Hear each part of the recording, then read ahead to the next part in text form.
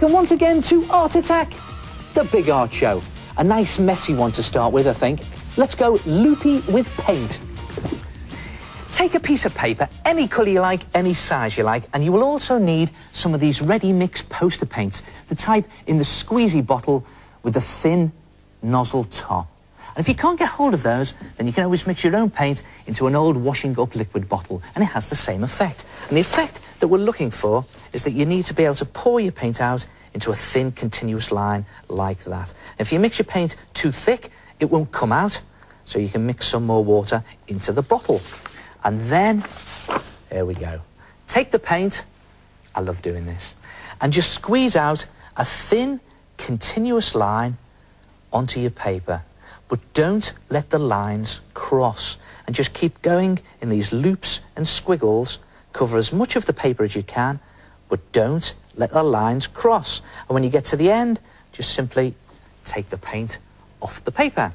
And then get another colour and start to create smaller loops inside these bigger loops that you've done. And just look for all the big loops and create smaller loops in there. Squeezing the paint out. There it is.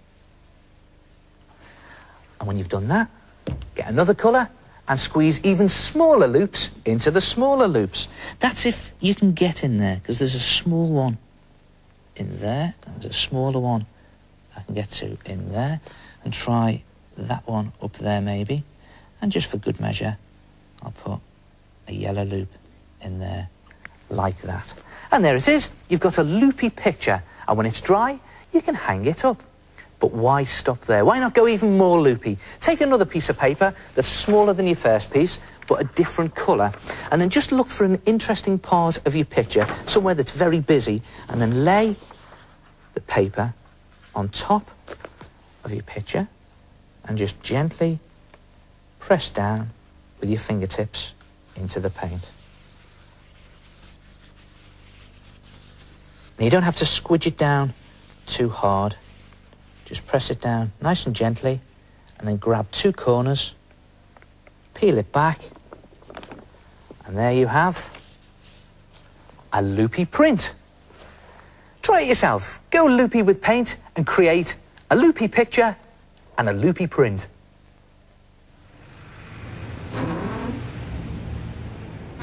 Now that is one very nice effect, and I have just one piece of advice. Put down lots of newspaper. Oh, and just one more piece of advice. Don't press down too hard on the top piece of paper. And just one last piece of advice. Make sure you dry it flat.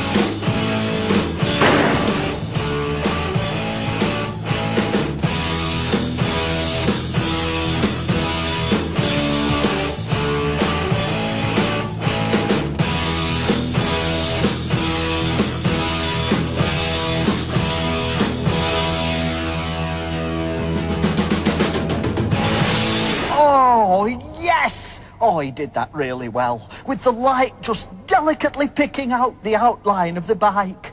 I've done one of those. Only I forgot to turn the light on.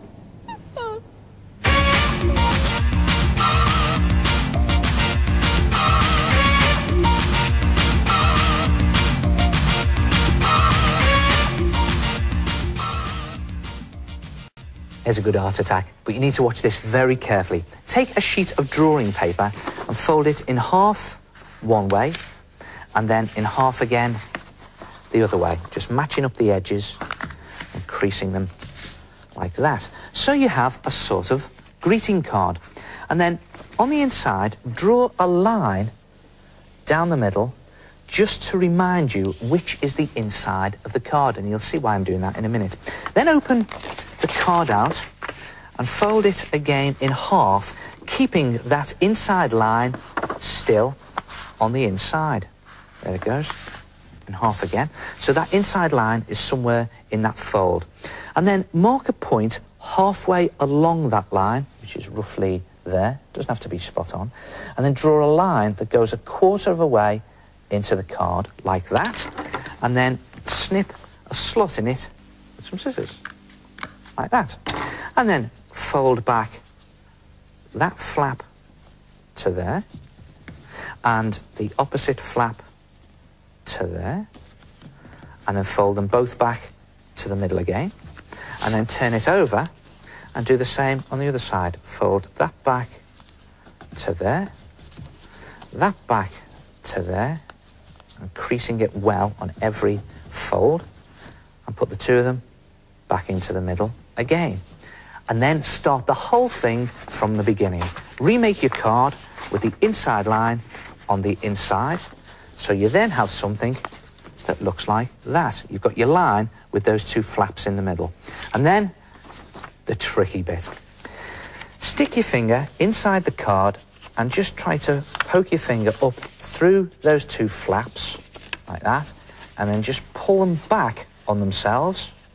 And as you're pulling the flaps back, the card will start to close itself, and then trap the flaps in with your hand, close the card on them, and press really hard, like that, to crease those flaps. And you then have something that looks like that. And then just draw a picture of a face on the inside using that slot as the mouth. So there we go. See if you can guess what it is I'm drawing. Yeah, it's a bit obvious, isn't it? It's the old wide-mouthed frog. Just drawing it very roughly to start with, because you can paint it up neatly. You can rub out that line, and when you've done that, you'll have something that looks like that. Look at that. A novelty greeting card. And let's face it, there's lots of different designs you could try. How about designing a Halloween card? Or a birthday card that sings at you. I'm not going to sing though. Try it yourself. Design your own novelty greeting card. Oh, that is great, and it's so simple. Just fold a piece of paper in half and make one cut. But you've got to have an idea of what to do first. I've had an idea. In fact, I've had a brilliant idea. But I haven't got a piece of paper.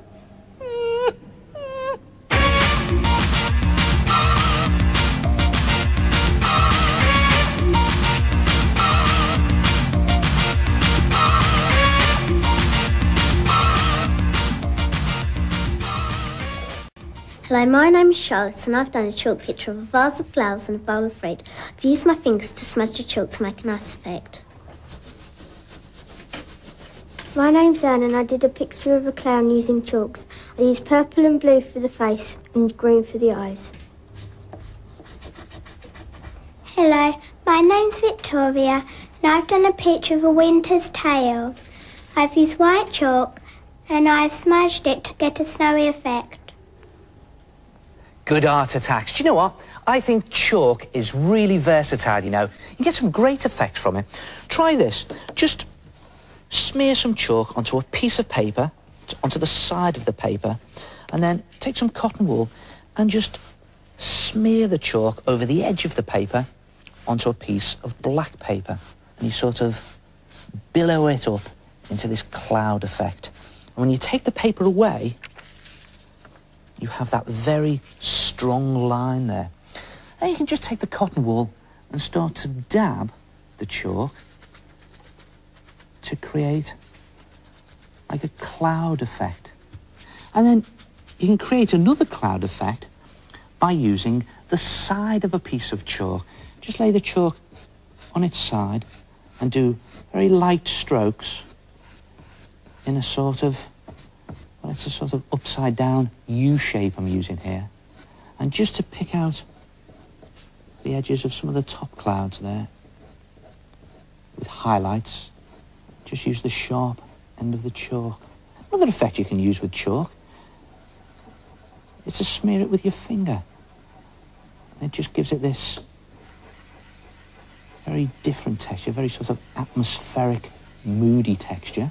Looks almost like some moonlight.